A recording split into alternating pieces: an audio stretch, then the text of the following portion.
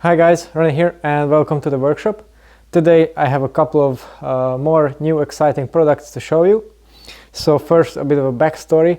Now since these days I'm training at quite a high level, power meters are absolutely crucial and have been for the last couple of years of my riding. And I have been using Quark power meters for the past 5 or 6 years. So basically ever since I started taking things more seriously. And this year I got a very nice opportunity from P2M NG to test out their power meters, and honestly I've never used them before, never really had much experience with them before, but after checking out all the details about them I really liked this idea and I thought it would be a step above for my training and as a quality product in general, so I decided to give them a go. So today I finally have all of these power meters ready, and I'm going to tell you something about them and show you how to install them and set them up on the bike. So as I mentioned earlier in previous videos, I will have three different bikes this year. So one of them is the road bike, which I already have. Then of course the most important one still for me will be the time trial bike, and I have the gravel bike as well, just to mix things up. And I've chosen the power meters to match these accordingly. So the first one is the NG 1104SL. This is the latest product from P2M NG. It's a lightened version to fit the Shimano chainrings that I use in my Shimano group sets. And I have this already installed on the bike because I needed to do my training. So I'm going to tell you about this one a little bit later. Then I have the other one coming, and this is the P2M NG NGEco, which is a more budget-friendly option, and I chose this as a power meter for my gravel bike because on that I'm not going to ride all that much, and just really I wanted to test this out, how it stacks up against the proper NG ones. So as you know, P2M NG are all spider-based power meters, which are the best in my opinion, but that's a topic for a separate video. Anyway, this is what you get in the box. The main difference between the NG and the NGEco is the battery. Now I also have the NG here for the time trial bike, and this is not for Shimano rings, this is for standard 5x130 BCD, so I chose this one to fit large time trial specific chainrings. As you can see, it's already blinking at us, it's already charged, but I haven't registered it yet. So as I was saying, the main difference, the NG has an integrated rechargeable battery, the NGEco has a coin cell battery, although a much bigger one compared to regular 2032 coin cells that most cycling sensors and products use, so that should provide more battery life. And it's hidden underneath this sturdy rubber cover. The other differences are in the features. With the NGEco you get upgradable options software wise, so the upgrade I have gone for is the 1% precision or accuracy should I say. At my level, increasing my FTP by 1 or 2% is getting harder and harder by the day, so it's really important for me to get that 1% difference covered. So that's the reason I chose it, just so the units are comparable and completely one-to-one. NG itself is a bit of a more premium product. It has all the bells and whistles that you can expect from a modern power meter. Main party trick of both actually, compared to other brands, is the complete auto zero, so you don't need to do zero offsets at any point, which is quite handy and basically remove the possibility of not having it set up properly, so it means that your numbers are always correct. Of course, having a power meter without the fitting cranks would be quite useless. P2M NG also offer a range of different fitment options. They're not the most common ones, so you can even find combinations for exotic group sets like Campagnolo for example. They have a dedicated solution for that, which is really nice. They have a wide range of rotor crank options. I went for the Aldo crankset with a 30mm option or 30 mm spindle option, should I say, for all of the bikes. And I chose this one because I prefer the 30 mm axle compared to the 24 for stiffness. And another nice thing about these cranks is that they are fully modular. So if I just show you, they can be disassembled like so. You also get the necessary spacers to fit different types of frames. And you can also remove the drive side crank arm as well. So this is why I'm calling this a fully modular unit. You can change different spindles, you can have different crank arms, different materials. They even have a carbon version. Unfortunately, this wasn't available with P2M NG just yet. I got a couple of questions about this, but I wanted something that's readily available, so I went for aluminum. Anyway, the weight difference is not that much, and with the aluminum version you also get this really sturdy external finish, which is very resistant to wear and will come in handy, particularly in the gravel bike. And the other neat thing is that the aluminum version is available in a multitude of different crank lengths, basically from 155 all the way to 175. And since I ride a pretty aggressive position on a time trial bike, I figured that even with the 165 mm cranks, my hip angle is still pretty closed. So actually I went ahead and tried a 160 mm crank for that one, and might even experiment with the 155 at some point, depending on how this one goes. So the way that you have to assemble the power meter is actually pretty straightforward. The first thing you need to do before doing anything else with the power meter is to fully charge it. I already have done that, and it's very simple to do. What you need to do is remove this little rubber cover, and you get a charging cable, of course, which is magnetic. So the neat thing about this is there's no possibility of water ingress inside the power meter. The cable is pretty long as well, so it's handy when you have it on the bike.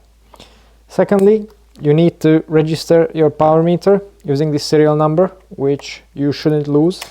So I'm going to remove this now, as I've already registered it. I'm just going to glue that on the box so it's safe. And now we have the spindle itself. As you can see, it has these machine splines on it with the 3 little marks.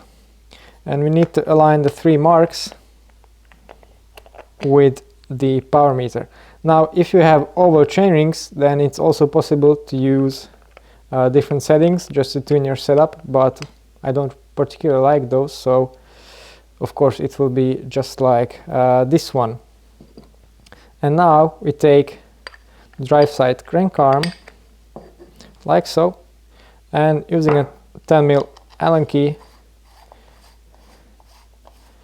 you just tighten it on.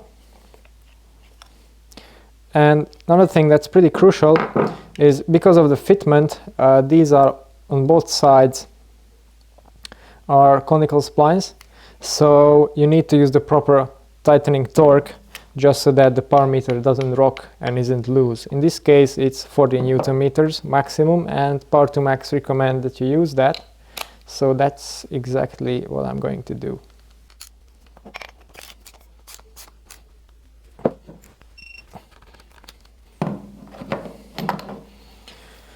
Okay, that's the spider tightened. It's actually much quicker and easier than using an 8-bolt interface, for example, like with SRAM.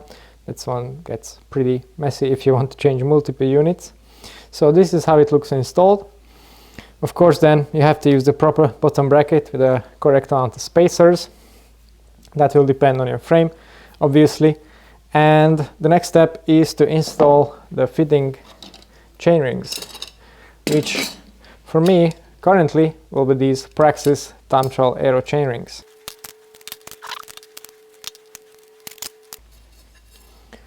Okay, so now I'm ready to install the chainrings. Make sure to note the correct position. That's one thing that's very important. So you have to position the protection pin right underneath the crank arm, obviously, and then the inner chainring A couple of important things to note here. Spider-based power meters rely on the chainring interfaces quite heavily. So one thing you need to look out for is to make sure that your bolts are properly and evenly tightened. I usually do this to 10 Newton meters. Another important thing and a tip from me is to never use aluminum chainring bolts for power meter spiders, because these tend to wear out, develop some rock, and then it affects the measurements. So what I have here is titanium, but you can also use regular steel ones, but these are pretty bling that I managed to get not so long ago. So I'm going to use these ones, and to make sure they don't come loose, I'm going to use medium strength thread lock. So let's just get into that.